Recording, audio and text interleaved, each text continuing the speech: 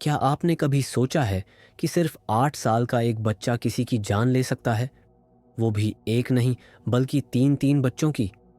जी हाँ, आज मैं आपको सुनाने जा रहा हूँ दुनिया के सबसे छोटे सीरियल किलर की कहानी, जिसने महज 8 साल की उम्र में ही तीन मासूम बच्चों को मौत के घाट उतार दिया। एक सामान्य गांव, एक असामान्य बच्चा। बिहार के बेगूसराय जिले में एक छोटा सा गांव है, मुसहरी। यहाँ एक गरीब परिवार रहता था। परिवार में थे पति पत्नी, उनका 7 साल का बेटा अमरजीत सदा और उनकी एक दूध मुही बेटी। पिता दिहाड़ी मजदूरी करते थे, दिन भर खेतों में काम मांगते और मुश्किल से घर का खर्च चलाते। पास ही उनके छोटे भाई का परिवार भी रहता था। 2006 में इस गांव में एक अजीब घटना हुई। अमरजीत के चाचा की 6 महीने की बेटी अचानक गायब हो गई। गांव छोटा था, जहां हर कोई एक दूसरे को जानता है। बच्चे साथ खेलते हैं और कोई गायब हो जाए तो बात छुपती नहीं। लेकिन इस परिवार ने पुलिस को कुछ नहीं बताया। गांव वालों को पता चला, पर मामला दब गया। 6 महीने बाद 2007 में उसी परिवार की 8 महीने की बेटी, अमरजीत की छोटी बहन, भी गायब हो गई।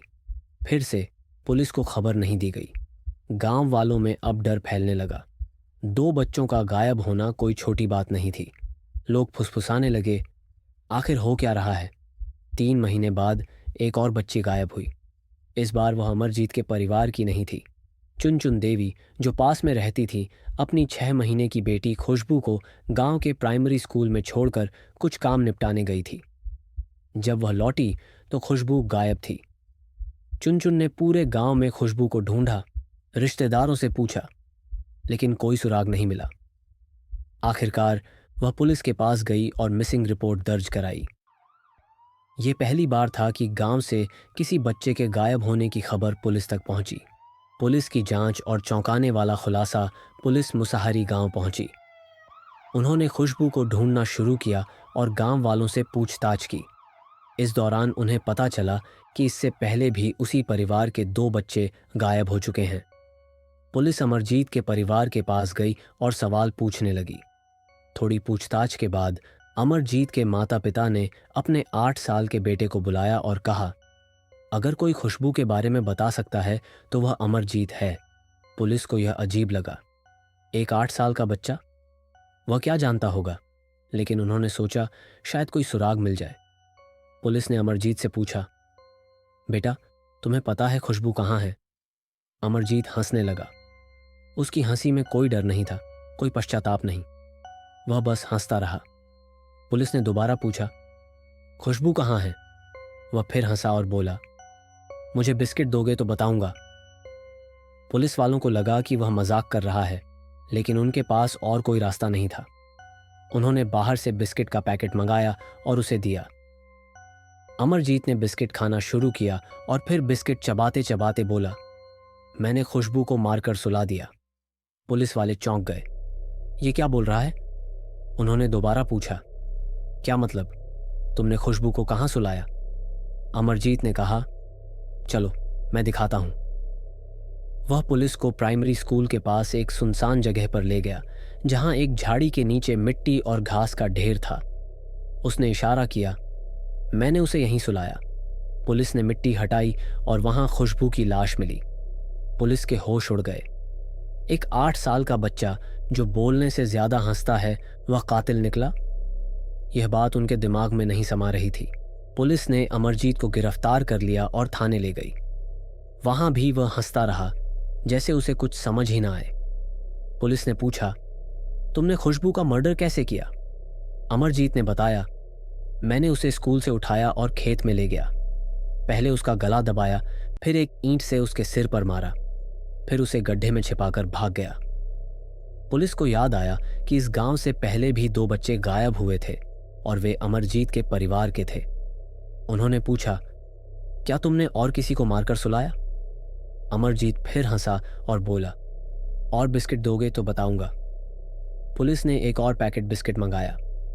तब अमरजीत ने 2 और नाम लिए, अपनी 8 महीने की बहन और अपनी 6 महीने की चचेरी बहन।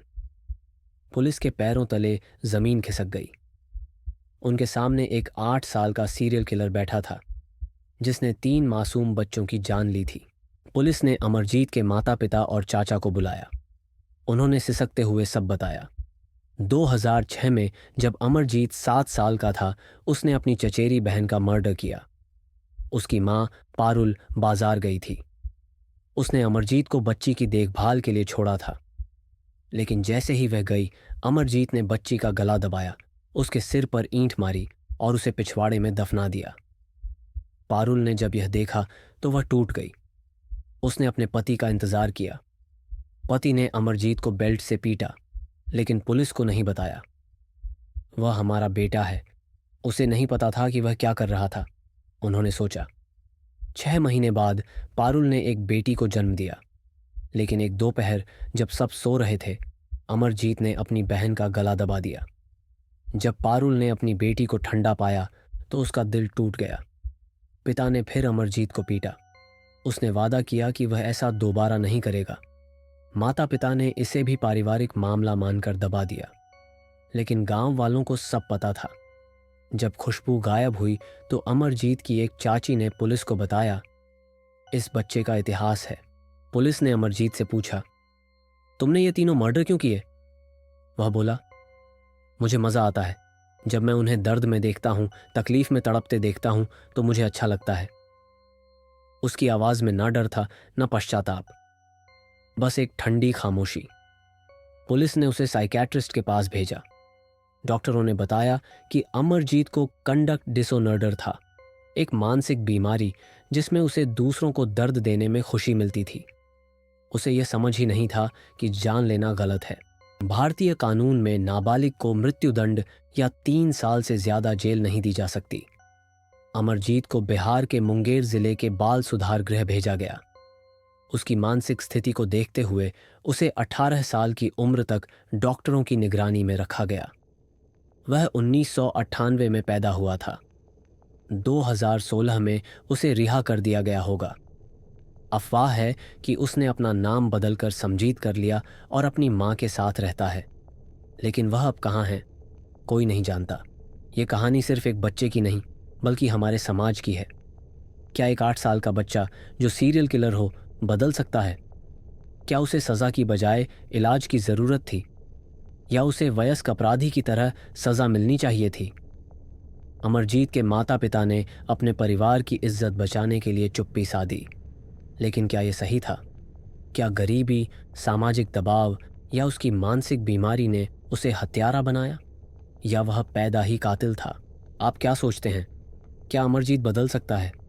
क्या उसे दूसरा मौका मिलना चाहिए? कमेंट में अपनी राय ज़रूर बताएं। अगर यह कहानी आपको पसंद आई तो इसे लाइक करें, अपने दोस्तों और परिवार के साथ शेयर करें और सब्सक्राइब करें।